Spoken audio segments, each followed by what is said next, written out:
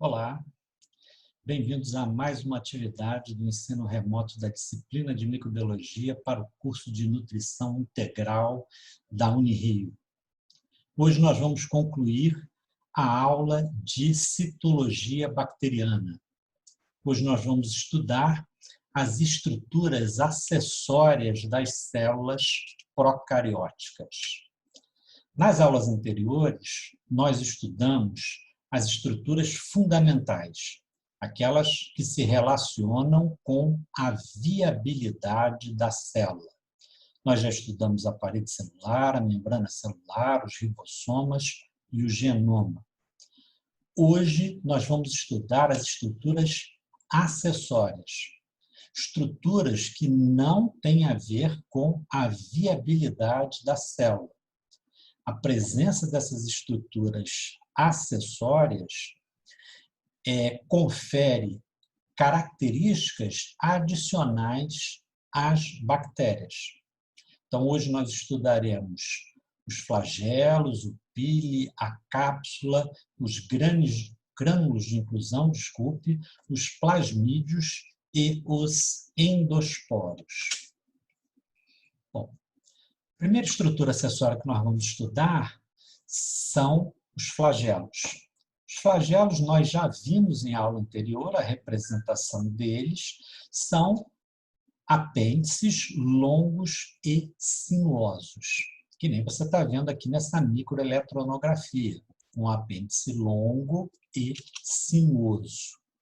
Se você estudar a estrutura desse flagelo, você vai ver que ele possui três áreas distintas: um corpo basal e um gancho, que estão intimamente relacionados com os envoltórios da célula bacteriana, e um filamento do flagelo.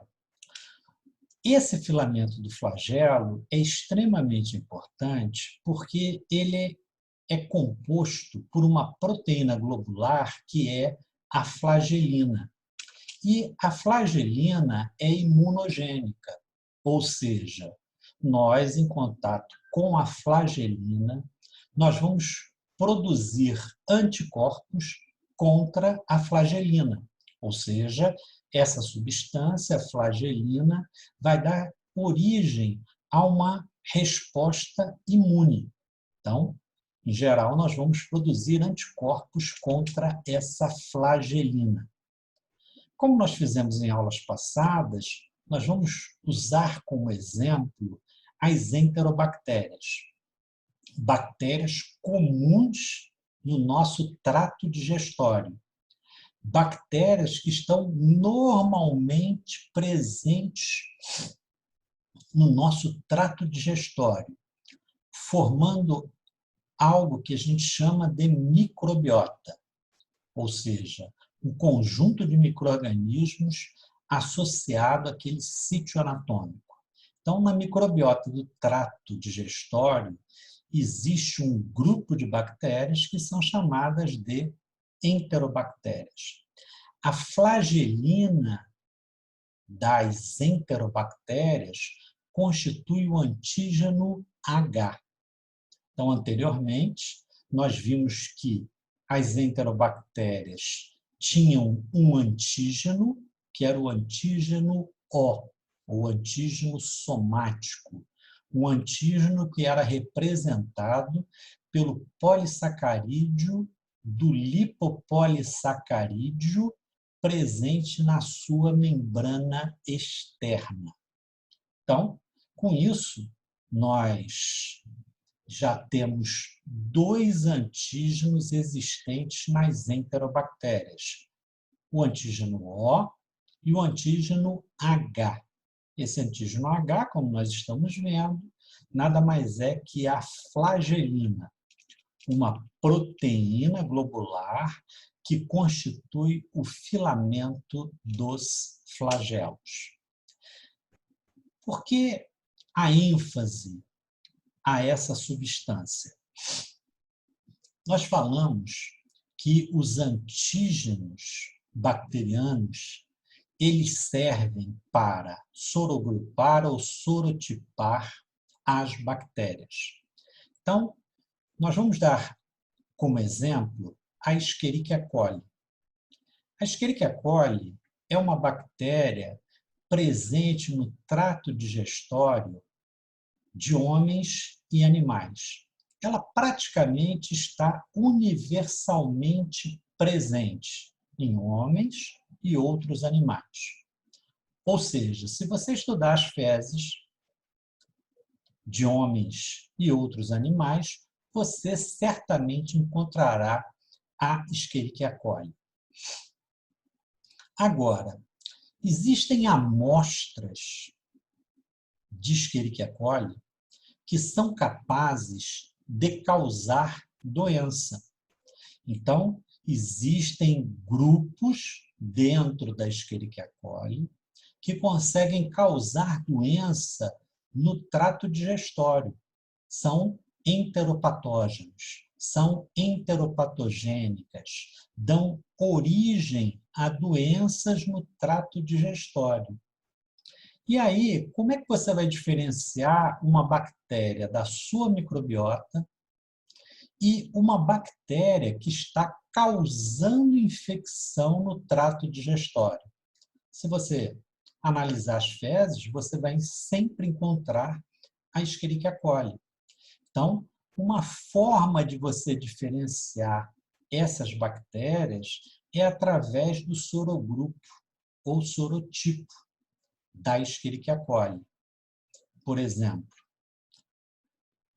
a Escherichia coli O157, H7, ou seja, uma Escherichia coli que tem o antígeno O, do tipo 157, e um antígeno H, do tipo 7, ela é uma amostra enteropatogênica. Então, é uma amostra de grande importância. Por quê? Se ela for ingerida, ela pode causar doença intestinal. Isso, a importância dessa caracterização é facilmente observada no título desse artigo. Se você observar, os autores pesquisaram a Escherichia coli O157 em vegetais, ou seja, eles já fizeram a previsão que essa bactéria nos vegetais podem ser um problema. Se ingeridos esses vegetais, essa bactéria pode vir a causar doença intestinal. E aí estudaram a resistência desse enteropatógeno aos agentes utilizados na desinfecção de verduras. Então, possivelmente, eles estudaram se essa bactéria respondia a agentes como o hipoclorito de sódio.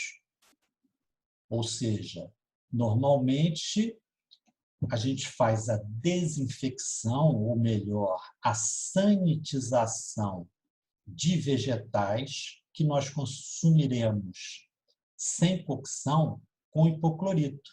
Então, os autores estudaram a sensibilidade da Escherichia coli O157, uma bactéria enteropatogênica, a agentes utilizados na sanitização de vegetais.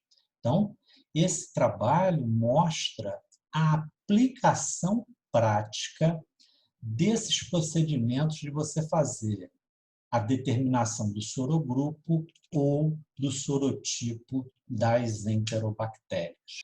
Distribuição que varia a cada gênero ou espécie bacteriana.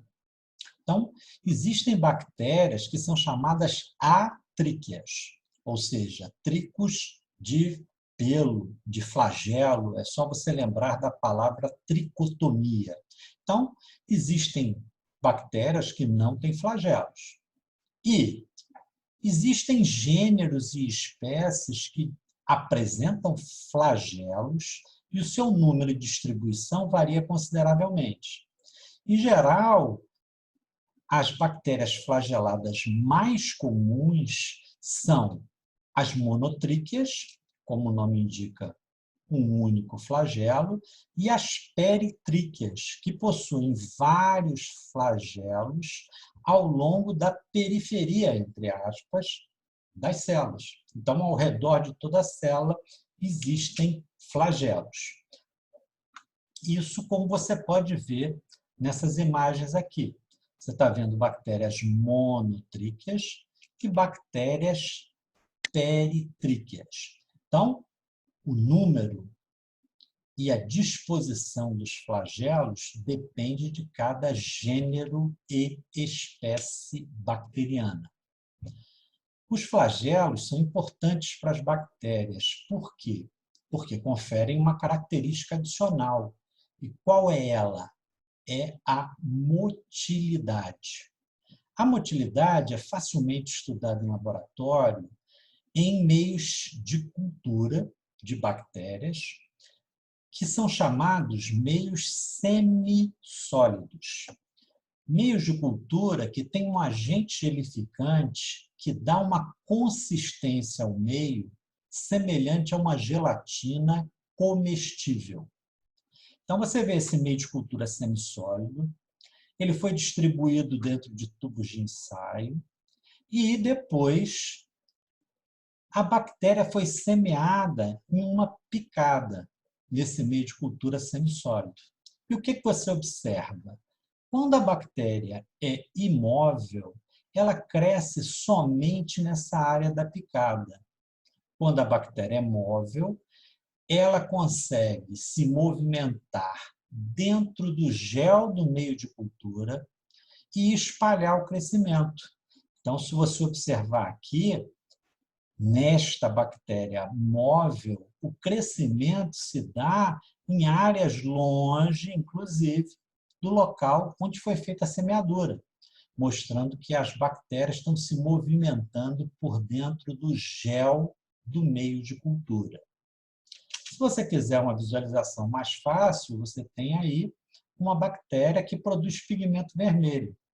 Então, você vê que nesse primeiro tubo, a bactéria é imóvel, ela só cresceu nessa área da picada, e nesse outro tubo, uma bactéria que produz pigmento vermelho também, ela tem uma característica adicional, a motilidade. Ela consegue se movimentar dentro do gel e crescer por todo o meio de cultura. Então, você vê aqui que o meio está praticamente todo com a cor do pigmento da bactéria, mostrando que ela conseguiu se movimentar pelo gel do meio de cultura semissólido. Esse mesmo meio de cultura, ele pode conter uma concentração maior do agente gelificante. Então, uma similaridade que você pode pensar é uma gelatina comestível para o meio semissólido e uma jujuba para os meios sólidos, ou seja, maior concentração do agente gelificante, maior dureza, entre aspas, do meio de cultura. Então, você tem aqui esse meio de cultura chamado sólido, distribuído num instrumento muito comum em bacteriologia, que são as placas de Petri. Então, você vê aqui um meio com uma coloração esverdeada no fundo de uma placa de Petri. Esse meio de cultura sólido, ele também é utilizado para estudar a motilidade das bactérias. Só que não é qualquer bactéria móvel que consegue mostrar motilidade nos meios de cultura sólido. Só bactérias que apresentam um grau bastante elevado de motilidade que você pode observar quando você semeia ela no meio sólido. Então, aqui você está vendo uma bactéria altamente móvel. Ela foi semeada nesse ponto aqui e você pode observar inúmeras ondas de crescimento na superfície do meio de cultura, mostrando que ela vai se espalhando paulatinamente até cobrir toda a superfície do meio de cultura. Isso só acontece quando a bactéria é extremamente móvel. E esse crescimento, formando ondas, é chamado tipicamente de swarming. Isso só ocorre, novamente, com bactérias que são altamente móveis. E por que as bactérias têm motilidade? Uma função altamente previsível é a atração-repulsão por substâncias químicas, a quimiotaxia. Então, se tem um determinado nutriente que interessa, ela se sente atraída por aquele nutriente. Se tem uma substância que pode causar dano a ela, ela tem repulsão àquela substância. Ou então a fototaxia. A bactéria pode ser atraída ou sofrer repulsão pelos fótons, que nós vamos ver daqui a pouco. Uma outra coisa bastante interessante em relação à motilidade bacteriana é como é que as bactérias peritríqueas apresentam motilidade. Se você olhar aqui nessa representação, você tem uma bactéria peritríquea típica. Se cada um desses flagelos empurrar a bactéria em uma direção com a mesma força, teoricamente ela ficaria parada no mesmo local. Então, quando esse flagelo faz força impulsionando a bactéria para cá, esse outro flagelo faz força impulsionando a bactéria para o lado oposto, e com isso a bactéria vai ficar no mesmo local. E aí é que você vê a função do gancho.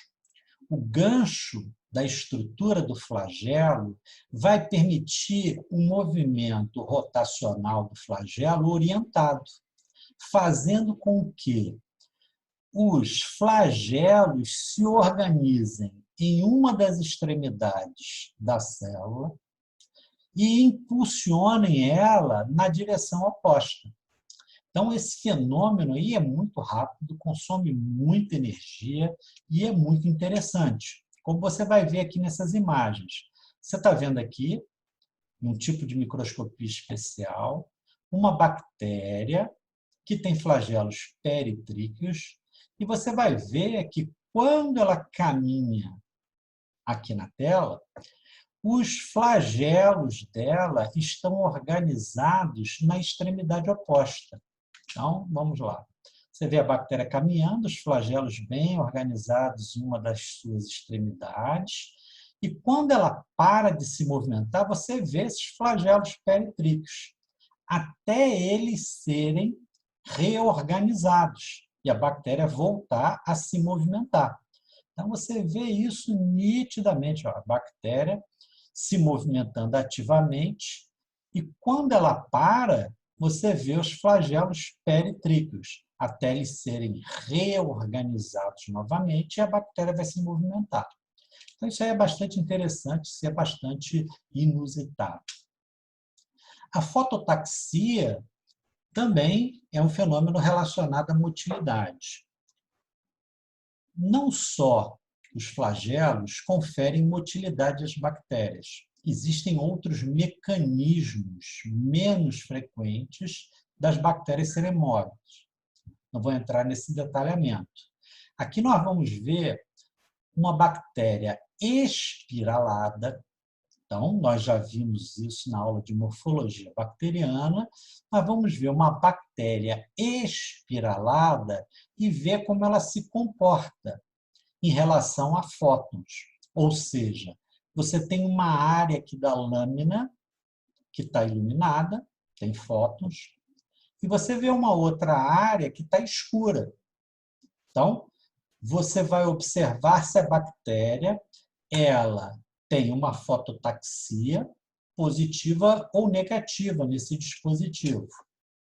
Então, você olha aqui, a bactéria espiralada, ela vai, quando ela entra na área escura, ela volta. Você vê, ela entra na área escura, ela volta. Você vê a bactéria, ela entra na área escura e volta. Então, essa é uma fototaxia positiva. Você vê que ela se dirige sempre para o lado iluminado desse dispositivo. Então, essa é uma outra função da motilidade bacteriana. Repara que eu não estou nem falando em flagelos, da motilidade bacteriana. Nesse caso aí, nós estamos vendo a fototaxia. Um outro apêndice bacteriano muito importante são as fímbrias ou pili. Em geral, esses termos são utilizados como sinônimo. Alguns autores gostam de utilizar o termo pili para um apêndice que está envolvido na conjugação, que é o pilissexual. E o termo fímbria para o apêndice que confere aderência específica às bactérias. Não vou entrar nesse detalhamento. O que importa aqui é que você memorize que pili ou fímbria são apêndices que a bactéria pode apresentar. Esses apêndices se diferenciam dos flagelos porque eles são bastante curtos e são bem retilíneos. Então, você vê aqui, essa bactéria apresenta uma grande quantidade de fímbrias. Como é que você pode caracterizar isso aqui como uma fímbria? Porque eles são bem curtos e retilíneos. As fímbrias, elas estão geralmente descritas nas bactérias gram-negativas.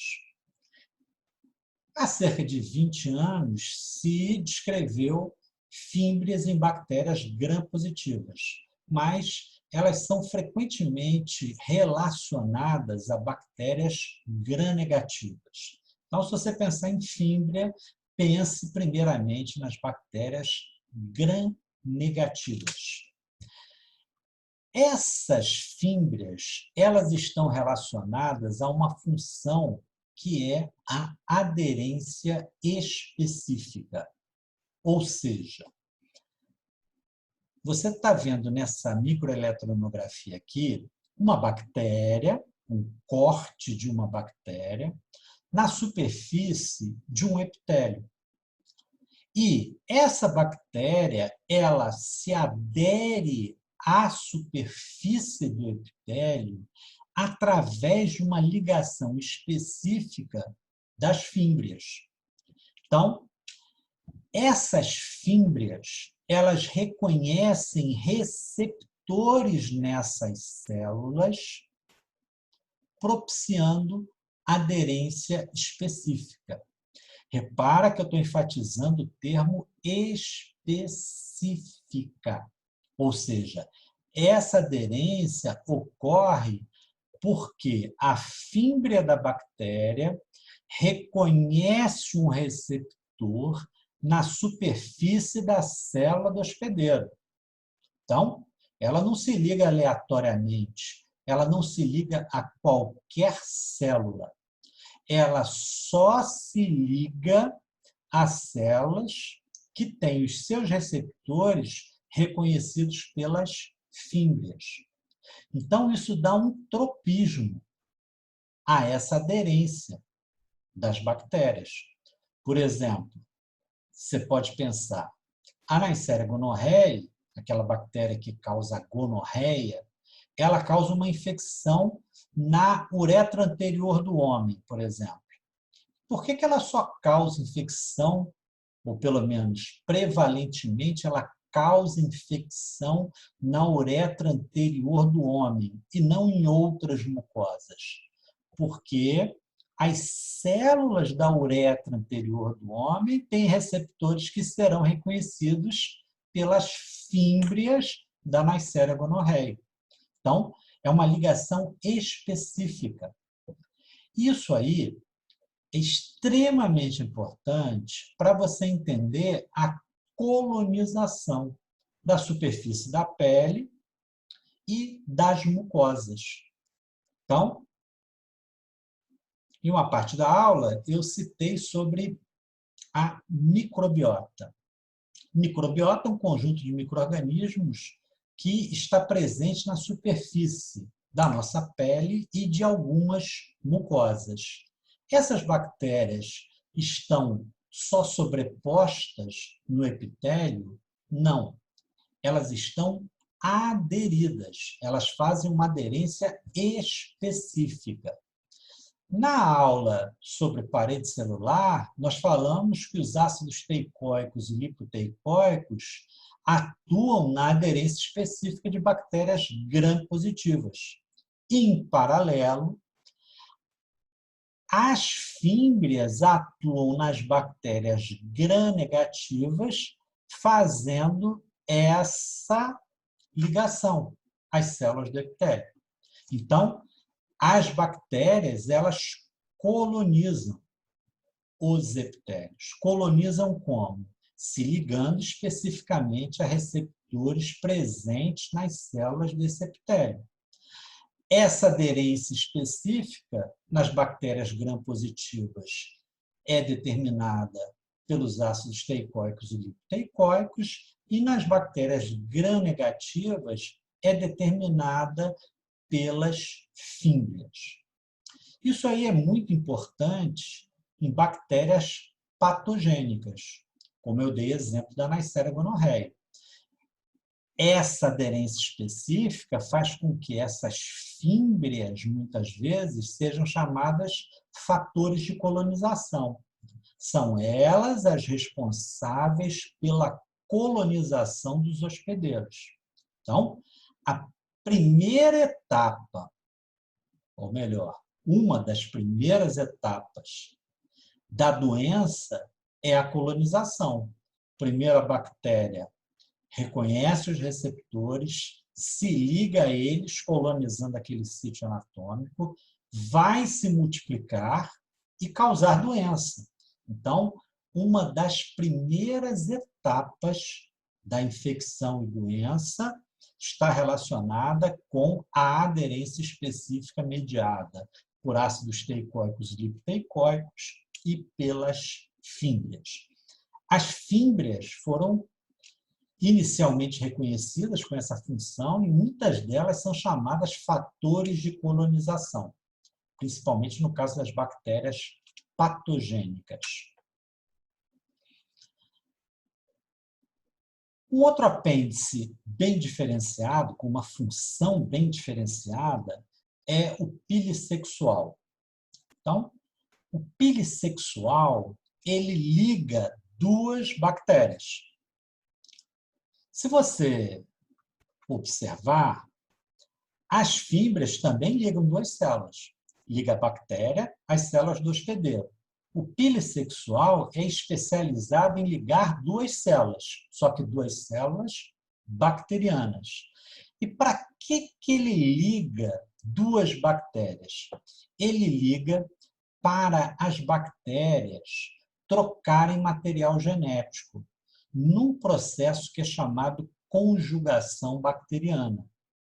Se você lembra de uma aula anterior, eu falei que as bactérias se multiplicam por divisão binária, ou seja, a célula-mãe duplica o seu DNA,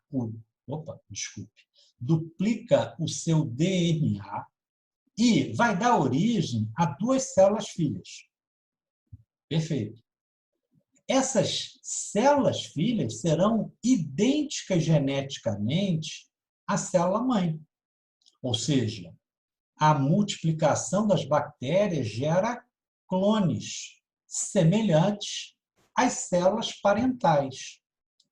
Só que isso, em termos evolutivos, em termos adaptativos, é extremamente desfavorável. E aí a natureza criou uma série de mecanismos que conferem diversidade genética às bactérias. Um mecanismo altamente previsível são as mutações. Então, você já ouviu falar em algum momento sobre mutações. Mutações, alterações no DNA, no genoma da bactéria, que ocorrem aí aleatoriamente ou induzida por algum agente mutagênico. Mutações. Um outro fenômeno de diversidade genética está relacionado com os vírus que causam infecções em bactérias, os bacteriófagos. Muitas vezes, os bacteriófagos incorporam material genético no genoma bacteriano, alterando o genoma bacteriano. Então, alteração do DNA bacteriano promovido por um bacteriófago, contribui para a diversidade bacteriana. E o terceiro mecanismo de diversidade, que é o que nós estamos vendo agora, é a conjugação bacteriana. As bactérias trocam nesse processo DNA, não o DNA do cromossoma. Em geral, o DNA de uma estrutura acessória que nós já vamos estudar, que são os plasmídios. Então, os plasmídios eles são trocados por essas bactérias aqui durante o processo de conjugação. Se você olhar aqui, você vai ver que existe a representação de uma célula F+, que é a bactéria que tem o pile sexual, e uma bactéria F-, que é a bactéria que não tem pile sexual. Então, esse F aqui é importante.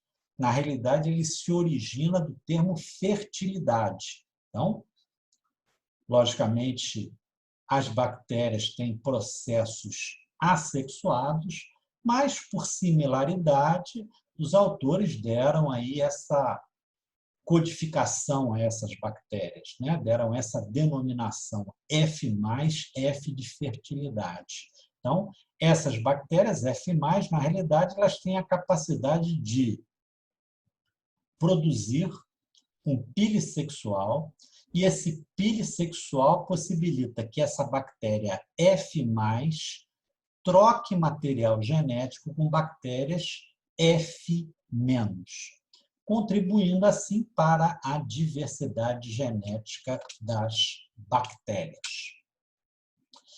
Outra estrutura acessória muito importante é um envoltório à parede celular, que nós já denominamos como cápsula.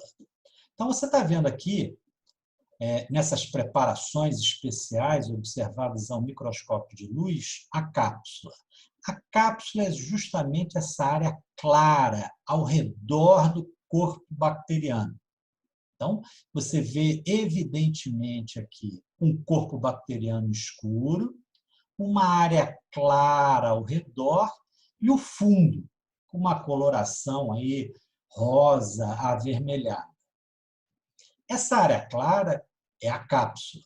Se você observar, a cápsula é uma camada fina e muito bem delimitada. A forma da cápsula acompanha a forma da célula bacteriana. Então, você observa, aqui são diplococos, você vê que a cápsula acompanha a forma desses diplococos lanceolados. Aqui você tem um bastonete, você vê nitidamente que a cápsula acompanha a forma cilíndrica do bastonete.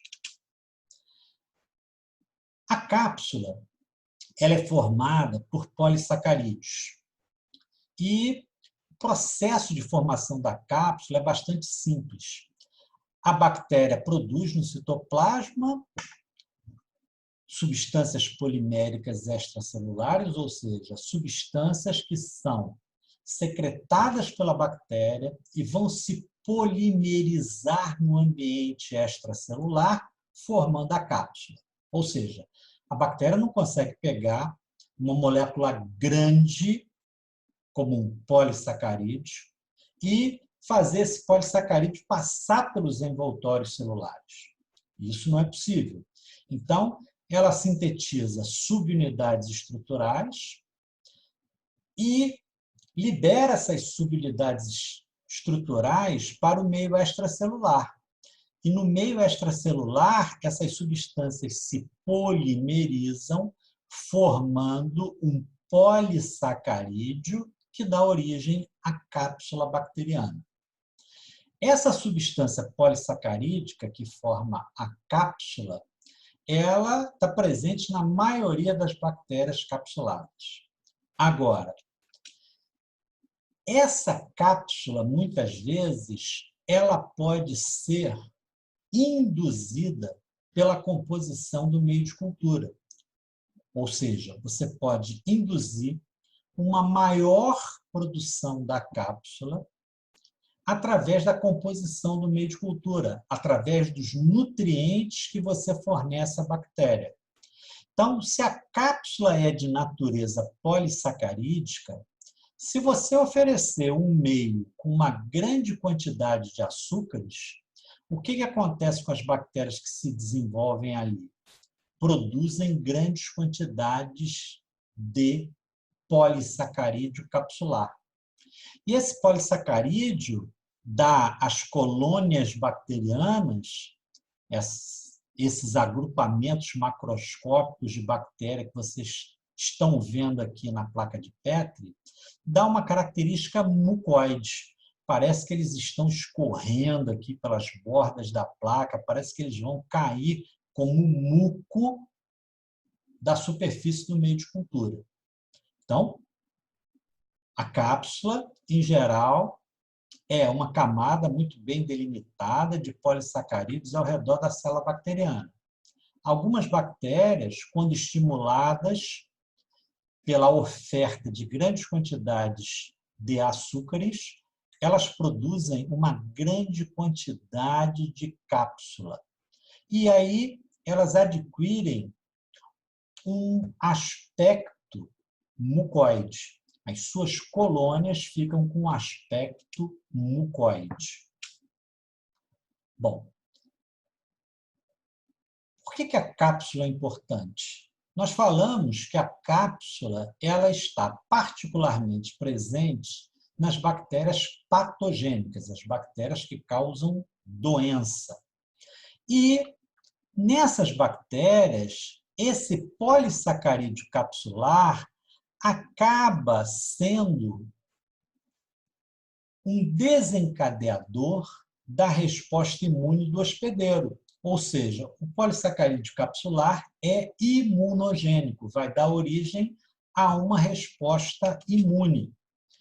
E aí, voltando às enterobactérias que nós já citamos, nós falamos que as enterobactérias têm um antígeno O somático, tem um antígeno H flagelar, e agora nós estamos introduzindo um novo antígeno, o antígeno K de capsular.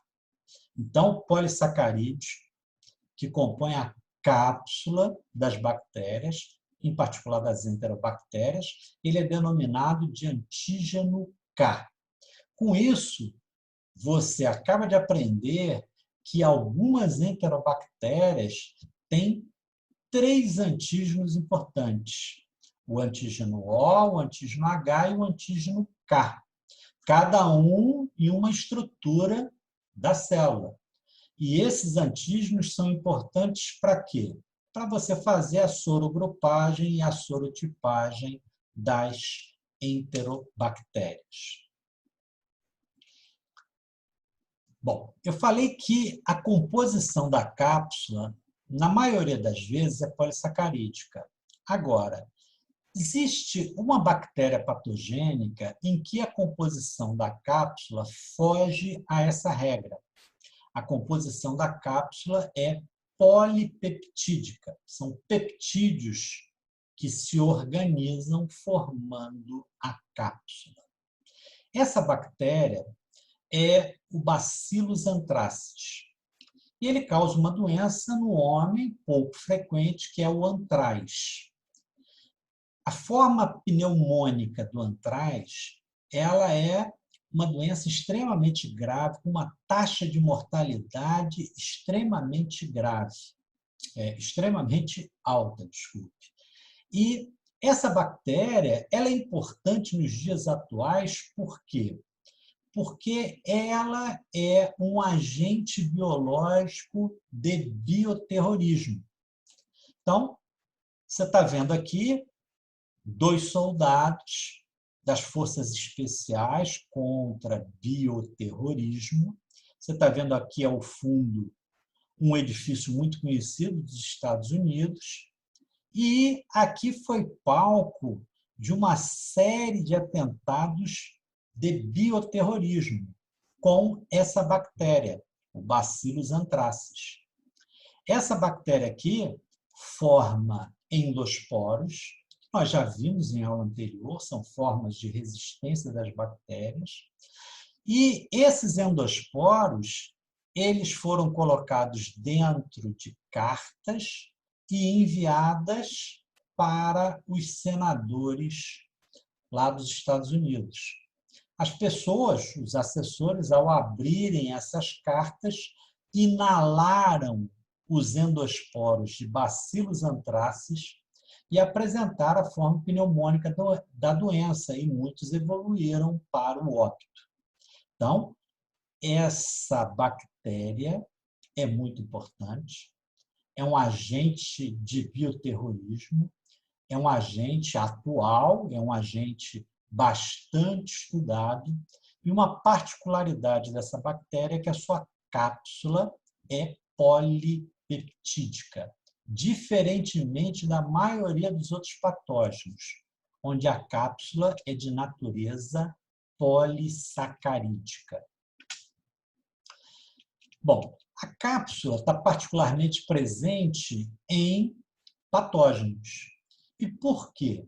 Porque os patógenos, para causar infecção e doença, eles têm que resistir à primeira linha de defesa do hospedeiro, que são os fagócitos. Já falamos de fagócitos quando falamos de PAMPs. E a fagocitose, ou seja, a ingestão das bactérias por essas células de defesa, é uma forma de controle que o hospedeiro faz a agentes invasores. Então, as bactérias sem cápsula, elas são facilmente fagocitadas, como você vai ver aqui nessas imagens. Você tem um fagócito e tem uma bactéria que não apresenta cápsula. Você vai ver que esse fagócito se aproxima da bactéria, engloba a bactéria e rapidamente destrói essa bactéria. Então, se isso aí fosse a penetração de uma bactéria na intimidade dos tecidos, o hospedeiro teria controlado essa invasão, fagocitando, destruindo as bactérias. Agora você vai ver uma outra imagem em que as bactérias são capsuladas.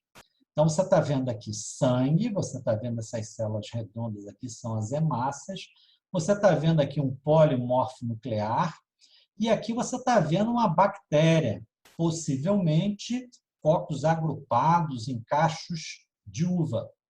Então, você vai ver o quê? Esse polimorfo nuclear, esse fagócito, ele não consegue se ligar e ingerir a bactéria.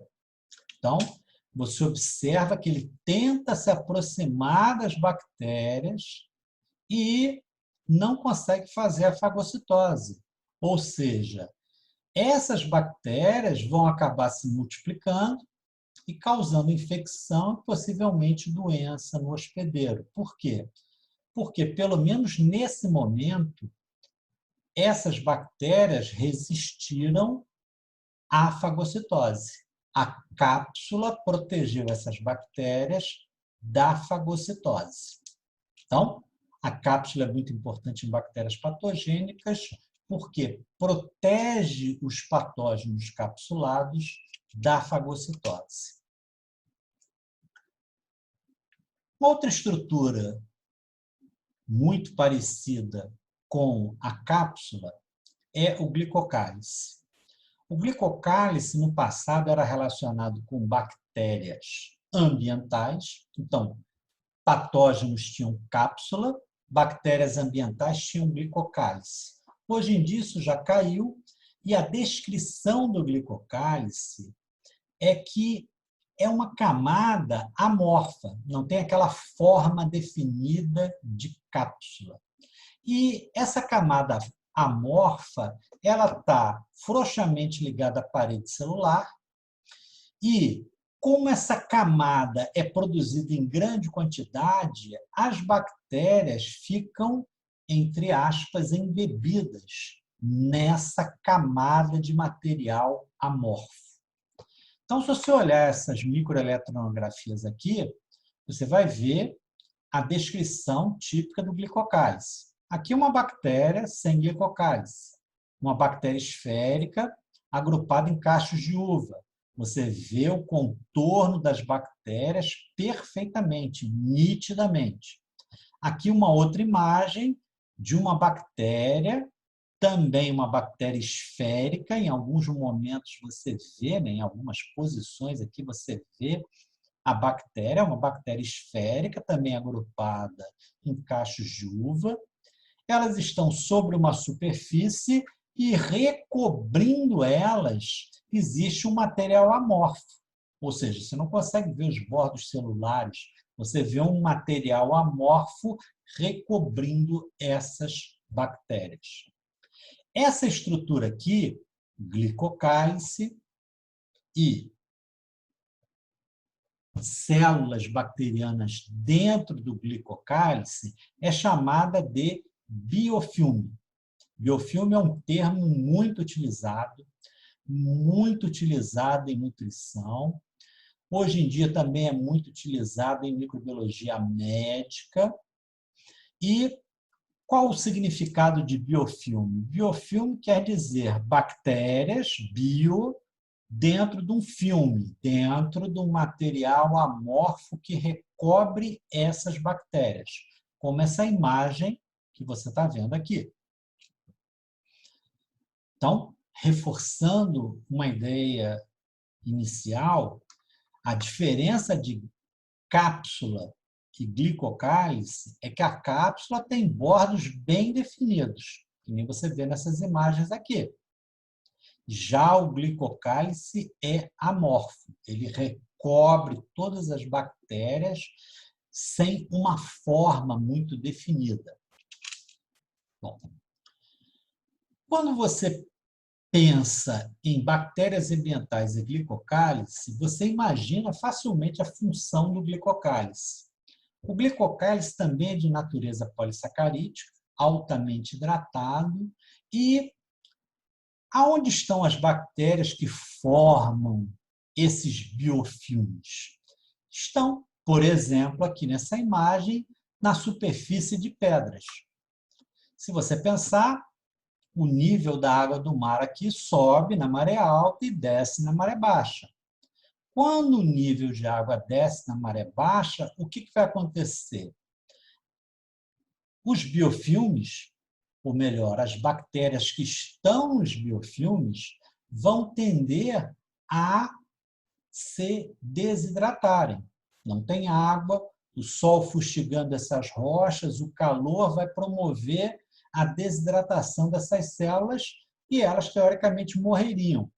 Para se proteger desse processo, o glicocálise é altamente hidratado. E isso vai proteger as células do interior desse glicocálise da dessecação. A mesma coisa você pode pensar para os nutrientes. De onde as bactérias removem os nutrientes nesse glicocálise? Da água do mar. Se a maré está baixa, não tem como elas obterem nutrientes. De onde elas vão tirar os nutrientes para o seu metabolismo? Do glicocálise. Se o glicocálise é polissacarídeo, ou seja, carboidratos organizados em longas cadeias, a bactéria pode quebrar essas cadeias e aproveitar esses carboidratos como nutriente.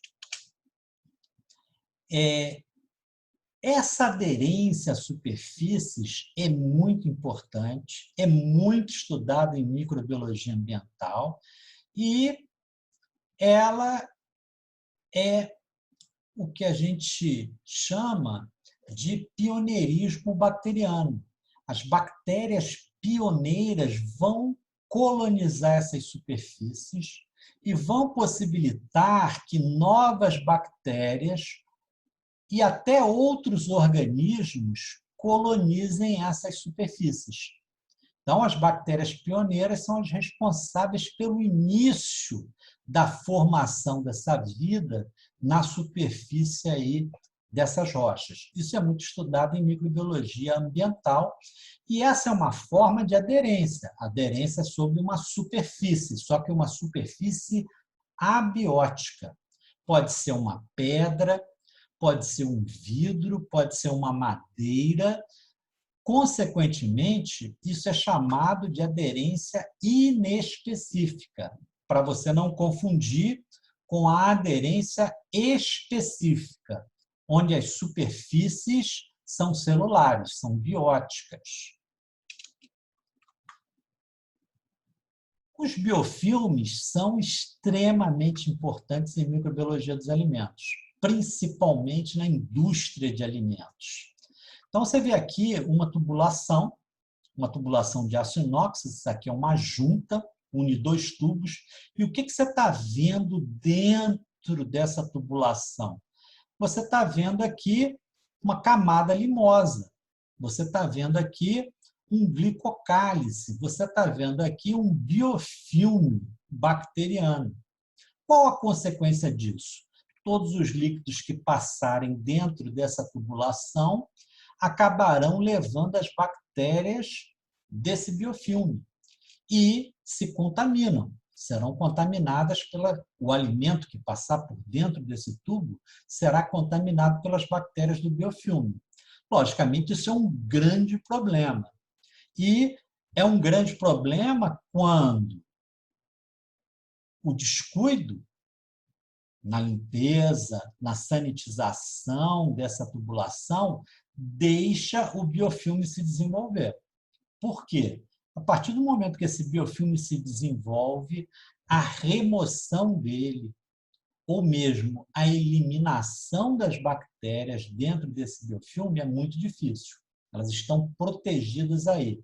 Você pode passar um sanitizante, por exemplo, por hipoclorito, e o hipoclorito não vai conseguir penetrar no biofilme para matar as bactérias que estão dentro do biofilme. Então, uma vez instalado nas superfícies, é muito difícil você fazer a remoção desses biofilmes, principalmente quando a superfície é de difícil acesso, como essa tubulação. Um bom exemplo de biofilme é a placa bacteriana. Então, todo mundo já ouviu falar em placa bacteriana, todo mundo já foi ao dentista, muitos já fizeram esse teste aqui. Você masca um chiclete que tem um corante que especificamente se liga a polissacarídeo. Esse corante, logicamente, vai se ligar ao glicocálice, porque o glicocálice é de natureza polissacarídica. Então, tudo que fica com essa cor aqui avermelhada é polissacarídeo de biofilme, é a placa bacteriana. É um glicocálice onde estão bactérias que poderão levar a cárie bacteriana. Então, você vê que o conhecimento do biofilme é de extrema importância. Você tem aplicações na indústria, você tem aplicações em odontologia e em medicina, hoje em dia, se estuda muito o glicocálice, o biofilme. Por quê? Porque hoje em dia a medicina, principalmente nos centros de tratamento intensivo, é muito invasiva. Então, é frequente que você coloque tubulações de plástico permeando veias, artérias dos pacientes. E as bactérias conseguem colonizar essas superfícies dos catéteres e causar processos infecciosos associados a esses catéteres. Então, você está vendo aqui um catéter venoso central, ele está inserido e vai até próximo do coração. E certamente a superfície dele está contaminada com bactérias que formaram um biofilme semelhante a esse que você está vendo aqui nessa tubulação. Essas bactérias estão sendo liberadas na corrente sanguínea, causando um processo infeccioso generalizado. Então, esse é um grande problema ligado aos biofilmes. E, mais recentemente, a medicina ela passou a ser muito intervencionista quando existe desgaste das articulações. Então, hoje em dia, quando você tem um desgaste das articulações, é comum que você substitua essa articulação por uma prótese. Então, você está vendo aqui uma prótese e essas próteses servem de suporte para biofilmes. Então, o indivíduo é submetido a uma cirurgia, ele tem aí o colo do fêmur substituído por uma prótese, e, às vezes, meses depois, esse paciente começa a apresentar dor local em decorrência da formação de biofilmes nessa prótese. Ou seja, a superfície da prótese serve para uma área de ligação das bactérias e essa área de ligação das bactérias dá origem a um biofilme e o hospedeiro não tem como eliminar essas bactérias, porque as bactérias estão dentro do biofilme. O hospedeiro não consegue fagocitar as bactérias. Se forem prescritos antibióticos, os antibióticos não penetram bem no biofilme. E aí a única solução, muitas vezes, para você eliminar o processo infeccioso é você trocar essa prótese. Então, você deve imaginar o custo, o sacrifício que é para o paciente fazer a troca dessa prótese articular, porque na sua superfície se desenvolveu um biofilme bacteriano que está causando um processo infeccioso, que vai causar dor, que vai causar uma série de consequências para o indivíduo. Então, os biofilmes são muito importantes hoje em dia. Uma outra estrutura acessória são os grânulos de inclusão, ou seja, bactérias não têm tecido adiposo, né? É uma célula única, não tem como ter um tecido adiposo. As bactérias têm que guardar nutrientes, têm que guardar energia de uma outra forma. Qual foi a solução que as bactérias encontraram? Bactérias podem armazenar energia em grânulos de inclusão compostos por polifosfato. Você já estudou o ATP, adenosina trifosfato, ou seja, 3 fosfatos ligados. Quando você quebra essa ligação dos fosfatos, é liberada uma grande quantidade de energia que a célula pode aproveitar. Então, o que fazem as bactérias? As bactérias pegam várias moléculas de fosfato, unem e esse polifosfato forma um grânulo que a bactéria pode utilizar quando ela precisar de energia. Ela vai quebrar essas ligações entre o fosfato, liberar energia e vai ter atendidas as suas necessidades energéticas. Tem outras bactérias que dependem de compostos não muito comuns na natureza. Por exemplo, essa bactéria aqui depende de enxofre. Então, sempre que ela encontra enxofre, ela guarda para o futuro. Guarda como? Na forma de grânulos de inclusão de enxofre. Alguns grânulos de inclusão têm características particulares. Por exemplo, esse aqui, ele apresenta uma cor marrom, enquanto que a bactéria, o corpo bacteriano, melhor dizendo, apresenta uma coloração verde. Esses grânulos aqui, que têm cor diferente da cor da bactéria, são chamados de grânulos metacromáticos. Então, essa metacromasia, apresentar uma cor diferente do corpo da bactéria, é comum em alguns grânulos de inclusão das bactérias. O mais interessante deles, e que despertou muita curiosidade em microbiologia, são os grânulos de magnetita, ou seja, são grânulos de material magnético que são orientados através de campos magnéticos. Então, você pode aproximar ou repelir as bactérias dentro de um campo magnético se ela tiver esses grânulos de inclusão de magnetita, que são chamados magnetossomas. Então, os teóricos dizem, né, que as bactérias são aí atraídas e repelidas pelo campo magnético que existe na Terra. Então, na natureza, as bactérias teriam essa orientação magnética dada pelos magnetossomas. Isso no passado era uma curiosidade e hoje em dia é um assunto de grande interesse. Por quê? Esses magnetossomas, eles têm sido removidos das bactérias e sendo utilizados em biotecnologia e nanotecnologia, por uma série de funções, principalmente no diagnóstico e no tratamento do câncer.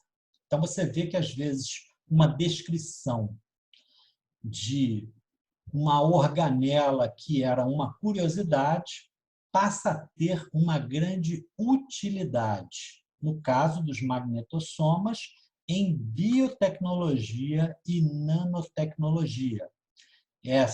Esses magnetossomas têm sido utilizados no diagnóstico e tratamento do câncer. Uma outra organela, acessória, são os plasmídios. Os plasmídios, nós já citamos, são aqueles pedaços de DNA trocados durante o processo de conjugação bacteriana.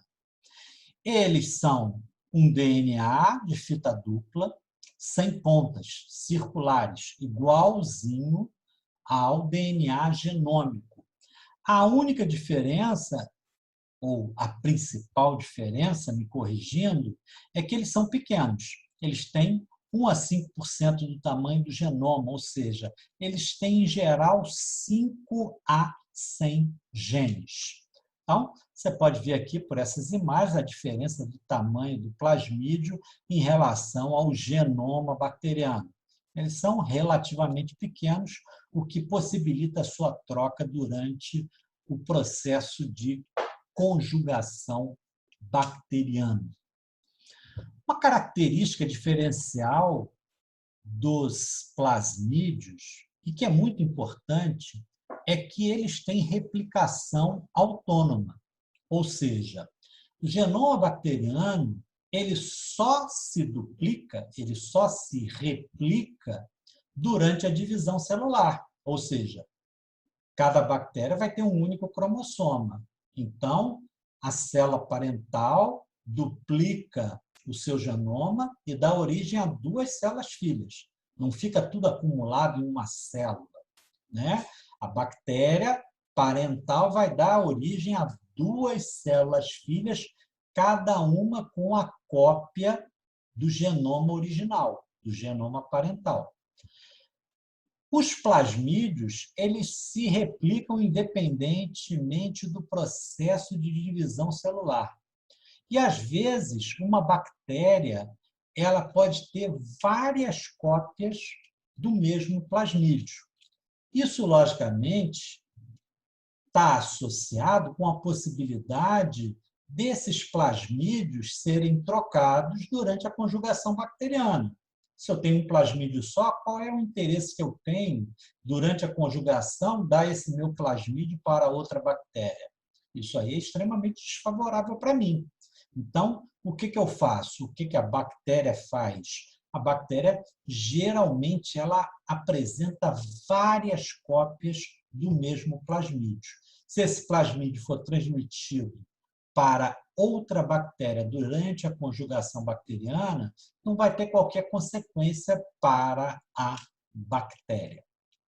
Além disso, as bactérias podem ter vários plasmídios diferentes. E isso aí é importantíssimo para a diversidade genética. Quanto mais a bactéria conjuga, mais plasmídios diferentes ela pode ter. Isso dá uma potencialidade genética para a bactéria muito grande. Esse fato é tão estudado que, até bem pouco tempo, muitas bactérias eram diferenciadas através do perfil plasmidial. Então, eu, em vez de fazer sorogrupagem, sorotipagem, eu podia determinar tipos de bactérias de acordo com os tipos de plasmídios que elas possuíam. Então, o perfil plasmidial já foi utilizado no passado para estudo das bactérias. Uma função importante dos plasmídios é que eles contêm genes que conferem características acessórias muito importantes para as bactérias. Por exemplo, nós já falamos que a penicilina é um antibiótico que atua sobre bactérias. Existe, junto com a penicilina, vários outros antimicrobianos. E as bactérias conseguem acumular nos plasmídios genes que conferem resistência a antimicrobianos. Então, muitas vezes, esses plasmídios, eles codificam resistência a 3, 4, 10 antimicrobianos diferentes. Certamente vocês já ouviram falar disso. Ou seja, vocês já ouviram falar que bactérias do ambiente hospitalar são resistentes a múltiplos antibióticos. Como é que elas adquirem essa multiresistência a antibióticos? Geralmente através desses plasmídios que contêm genes que codificam resistência a vários antibióticos. Como é que esses plasmídios são chamados? São chamados de fator R, fator de resistência, ou melhor, fator de multiresistência. Um outro plasmídio importante que nós já comentamos é o fator F, é o fator de fertilidade. Nós vimos que F+ são as bactérias que têm o pile sexual. Então, quem codifica a produção do pile sexual são genes presentes em um plasmídio que é chamado fator F. Bom, a última estrutura acessória que nós vamos estudar são os endosporos. Já citamos, já mostramos elas. São esporos que ficam dentro da célula bacteriana. E essa estrutura está intimamente relacionada à resistência a adversidades físico-químicas. Quando você estuda um endosporo, como nesse caso aqui, você está numa microeletronografia que permite você ver a estrutura do esporo, você observa o quê? Que os endosporos eles têm múltiplos envoltórios celulares. Então, nós vimos que as bactérias têm membrana celular e parede celular. Eventualmente, algumas têm cápsula. Os endosporos, eles têm membrana interna, parede do esporo, córtex, membrana externa, capa de proteínas e exosporo. Ou seja, tem múltiplos envoltórios. Qual a finalidade desse endosporo ter múltiplos envoltórios? Essas estruturas têm uma grande impermeabilidade.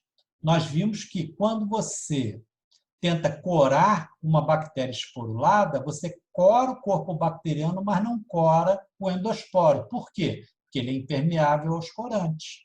Se você tratar uma bactéria que forma endosporos com um antisséptico, por exemplo, o álcool gel, o álcool gel não consegue penetrar pelos envoltórios do endosporos e tornar esse endosporo inviável. Então, essas múltiplas camadas que envolvem o cerne do endosporo têm como finalidade a impermeabilização dessa estrutura. Por falar em impermeabilidade, tem uma camada que é especificamente formada com essa finalidade, que é a capa de proteína. A proteína existente nessa capa, ela é semelhante à queratina. Você já estudou queratina? Queratina é uma substância que existe na superfície da nossa pele e que nos torna impermeáveis, entre aspas. Ou seja, a nossa pele é impermeável. Impermeável por quê? Por causa da queratina, né? Então, a capa do endosporo, que contém proteínas semelhantes à queratina, tem como função conferir impermeabilidade aos endosporos. Um outro aspecto importante dos endosporos é que você encontra substâncias que são exclusivas dos endosporos. Existe uma substância, o ácido dipicolínico, que é típico dos endosporos. E esse ácido dipicolínico, nos endosporos, ele está ligado ao cálcio, formando dipicolinato de cálcio. Esse cálcio ele é concentrado no endosporo com a finalidade de desidratar o endosporo. Se você pensar no osso, o osso é uma estrutura que não é hidratada. Então, a finalidade de você concentrar cálcio no endosporo é você desidratar. E por que você desidrata o endosporo? Porque muitas reações de desnaturação exigem a presença de água. Então, você não consegue desnaturar as macromoléculas de um endosporo por temperaturas elevadas, muitas vezes, por quê? Porque essas macromoléculas estão numa estrutura que não tem água. Sem água, não ocorre desnaturação. Sem desnaturação, esse endosporo está protegido das altas temperaturas. Logicamente, se ele é uma estrutura altamente desidratada, se você submeter um endosporo à desidratação, isso não vai ter maiores consequências para ele, vai ser até benéfico para ele. Se você pensar, todas essas características estão relacionadas com a finalidade do esporo. A finalidade do esporo é resistência a adversidades físico-químicas. Se você pensar em adversidades físico-químicas comuns no ambiente, você vai lembrar dos esporos. Por exemplo, se você pensar no solo do Nordeste, hoje está chovendo. As bactérias necessitam de água, então elas estão se multiplicando ativamente, elas não precisam nem dos endosporos. Mas, mais adiante, virá a seca. Quem é que vai resistir à seca? Quem vai resistir à seca são os endosporos. Quando chover de novo, o que vai acontecer? Esse endosporo vai dar origem a uma bactéria na forma vegetativa e você vai ter de novo aquela microbiota do solo reconstituída. Então, se você olhar a natureza apresenta esses ciclos de adversidade e condições favoráveis. E aí se inserem os esporos, ou melhor, os endosporos. Essa tabela aqui, ela sumariza várias características dos endosporos. Uma característica importante é que em algumas formas de microscopia, os endosporos ficam refringentes. Então, você vê aqui o endosporo brilhando e o corpo da bactéria sem brilho, opaco. Então, isso é importante porque, muitas vezes, esse tipo de microscopia, onde você vê os endosporos refringentes, ele é utilizado para você ter uma ideia inicial se a bactéria forma ou não endosporos.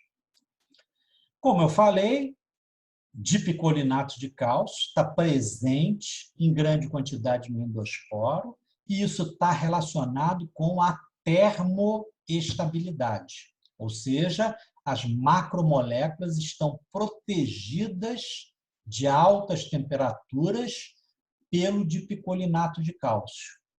O cálcio determina a desidratação do endosporo e o ácido dipicolínico vai proteger as macromoléculas da desnaturação. Então, o dipicolinato de cálcio está presente em grande quantidade nos endosporos. Os endosporos, eles não têm qualquer atividade metabólica. Apesar do autor colocar aqui baixa, é mais para uma proteção didática da tabela. Mas nós consideramos, em geral, que os endosporos não têm qualquer atividade metabólica, são inertes. Então,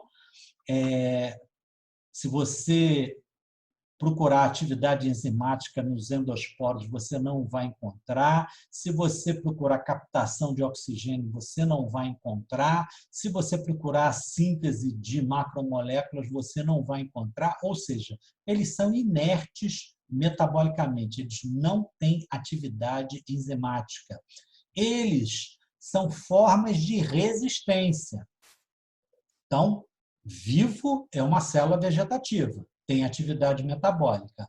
O endosporo, ele não tem atividade metabólica. Por quê? Porque ele é uma forma de resistência.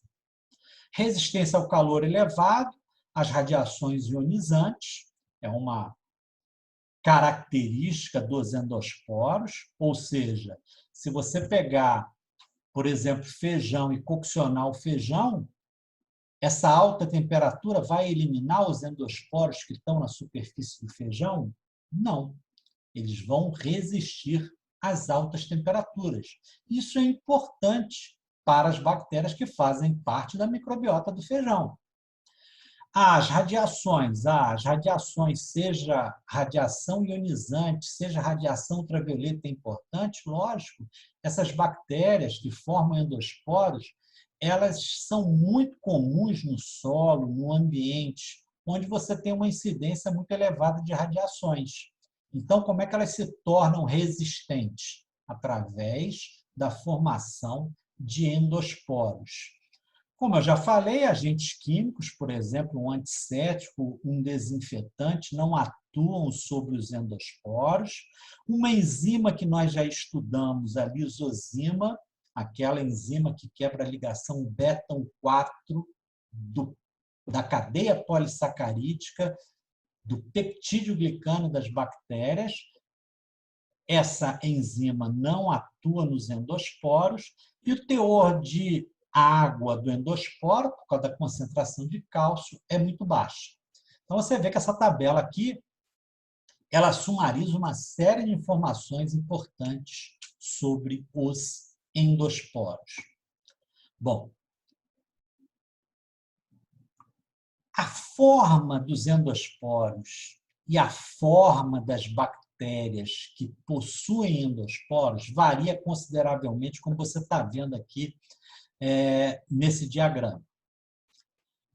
Mas é importante ressaltar o seguinte: as bactérias, cada célula vegetativa só forma um endosporo. Então, só pode ter um endosporo por célula vegetativa. Correto?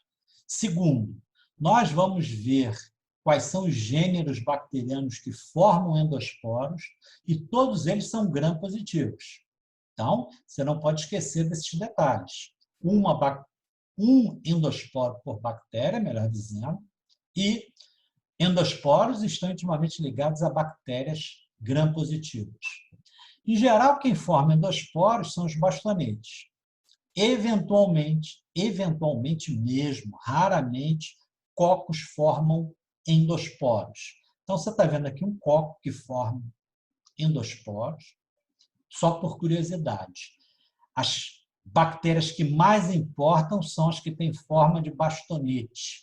E os endosporos nesses bastonetes podem estar em diferentes posições, no centro, subterminalmente, terminalmente, podem alterar ou não a forma da bactéria.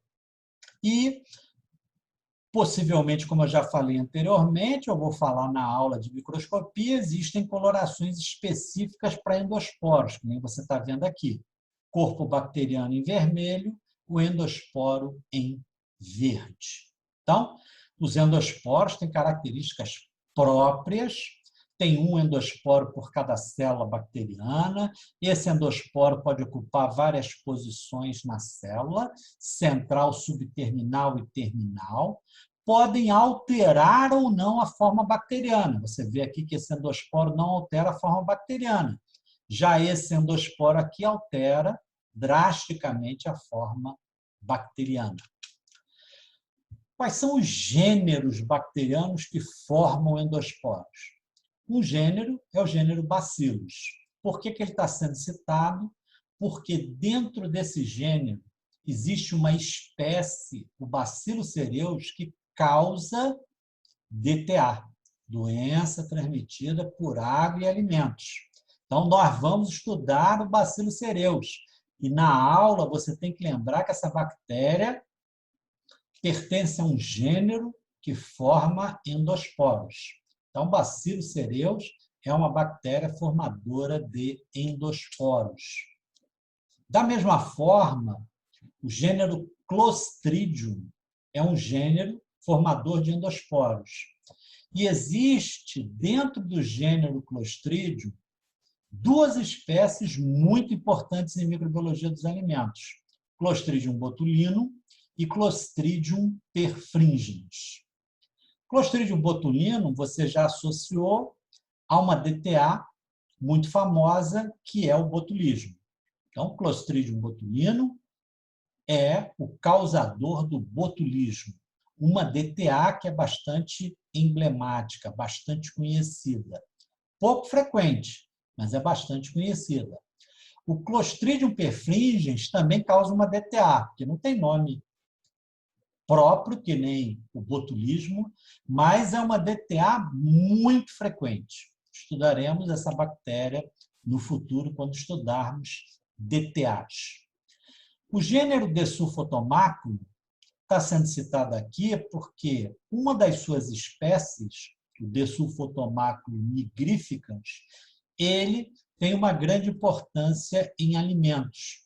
Ele deteriora alimentos enegrecendo o alimento, deixa o alimento negro. Tanto é que o nome da espécie é nigrificans. Por ser uma bactéria esporulada,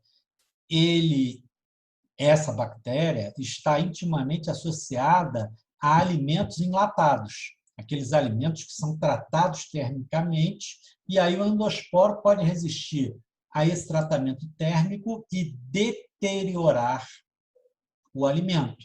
Quando você abre a lata, você vê manchas negras no alimento. Então, Desulfotomáculum nigrificans, uma bactéria envolvida na deterioração de alimentos. Uma bactéria de importância ambiental, muito rara, é a esporosarcina. São esses cocos 4A4, 8A8, que formam endosporos. Como você está vendo aqui, uma característica que nós já citamos anteriormente, a refringência, né? Então, você vê aí os endosporos refringentes dentro aí dessa bactéria que forma agrupamentos 4A4.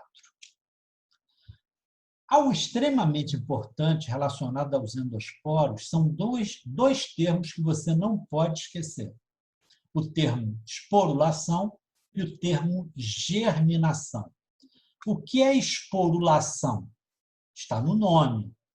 A ação de formar um endosporo. E o que é germinação? É quando um endosporo ele dá origem a uma forma vegetativa. Esporulação e germinação são muito estudados e são processos muito importantes. O que você tem que saber desses processos? Primeiro, a esporulação é um processo que decorre da limitação nutricional do meio onde a bactéria está.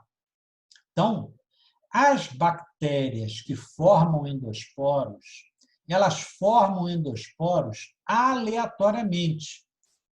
E algo que estimula essas bactérias a produzirem mais endosporos, ou seja, a fazer esporulação, é a limitação nutricional. Muitas vezes as pessoas falam: você pegou o feijão, foi coccionar e aí os endosporos foram formados. Esse é um erro inadmissível em microbiologia. Por quê? Esse processo de esporulação, ele demora horas. Então, você tem que corrigir a frase anterior. Eu peguei o feijão e, na superfície do feijão, já existiam endosporos pré-formados. Durante a cocção, esses endosporos resistiram à temperatura de cocção. Então, você vê que existe uma grande diferença. Quando você pega um alimento e cocciona o alimento, o endosporo já está formado. Por quê? Porque esse processo de esporulação demora muitas horas. Então, o que é a esporulação? É a bactéria, na forma vegetativa, ativa metabolicamente, dá origem a um endosporo, que é inerte metabolicamente. Como é que isso ocorre? A bactéria duplica o seu genoma, segrega esse genoma em uma extremidade da célula, forma uma série de envoltórios adicionais, aqueles que nós estudamos em slides anteriores, e quando o endosporo está formado, a célula que lhe deu origem morre e libera esse endosporo. Então, isso é a esporulação. Uma célula ativa metabolicamente, dando origem a um endosporo, que é inativo metabolicamente. Por que isso ocorreu? Aleatoriamente, ou então por causa de uma limitação nutricional do meio onde essa bactéria está. Bom, esse endosporo ele pode se transformar numa forma vegetativa através da germinação. Como você está vendo aqui, você tem um endosporo, você vê que os envoltórios do endosporo foram rompidos e está sendo dada origem a uma bactéria na forma vegetativa. Então, o que determina a germinação? Lesões nos envoltórios do endosporo. E o que lesiona os envoltórios do endosporo? Principalmente água e temperaturas elevadas. E principalmente quando esses dois fatores estão juntos. Então, quando você coccionou o feijão, os endosporos já existiam. Eles vão resistir à cocção. E quando você deixar o feijão resfriando em cima do fogão, o que vai acontecer? Como esses endosporos tiveram os seus envoltórios lesados por água e calor, eles vão dar origem às formas vegetativas. E se você deixar por uma noite ou indefinidamente essa panela de feijão em cima lá do fogão, o que vai acontecer com esse feijão? Esse feijão será deteriorado. Por quê? Porque as bactérias na forma vegetativa são ativas metabolicamente e vão alterar as características desse feijão num processo chamado deterioração microbiana. E o grão de feijão? Por que ele não é deteriorado? Primeiro, o grão de feijão é seco. Segundo, No grão de feijão, eu tenho endosporos. E endosporos são inativos metabolicamente, então não tem como o grão de feijão ser deteriorado por essas bactérias formadoras de endosporos. Esse processo de germinação é mais rápido que o processo de esporulação, ou seja, enfatizando novamente, o processo de esporulação demora horas. Ou seja, nenhuma bactéria faz esporulação em resposta a uma diversidade. As bactérias fazem esporulação esperando a possibilidade da ocorrência de uma diversidade. Bom, espero que vocês tenham aprendido bastante com a aula de hoje. Com isso, a gente fecha uma grande aula, que é a aula de citologia bacteriana, e essa aula é extremamente importante para você entender outras aulas da disciplina de microbiologia. Como eu sempre recomendo, não deixe de fazer os exercícios de memorização, que são disponibilizados lá no mural do Google Classroom, pedir às monitoras os exercícios do programa Socrative. Esses exercícios, eles são muito importantes para você memorizar essa grande quantidade de conteúdo teórico que foi dado para vocês. Então, é importante você fazer esses exercícios para memorização. E, caso você tenha tido qualquer dúvida, por favor, nos dias de estudo sincrônico, é só você comparecer, fazer a sua pergunta, que eu terei maior prazer em esclarecer a sua dúvida. Agradeço aí a atenção de vocês e até a próxima atividade da disciplina de microbiologia.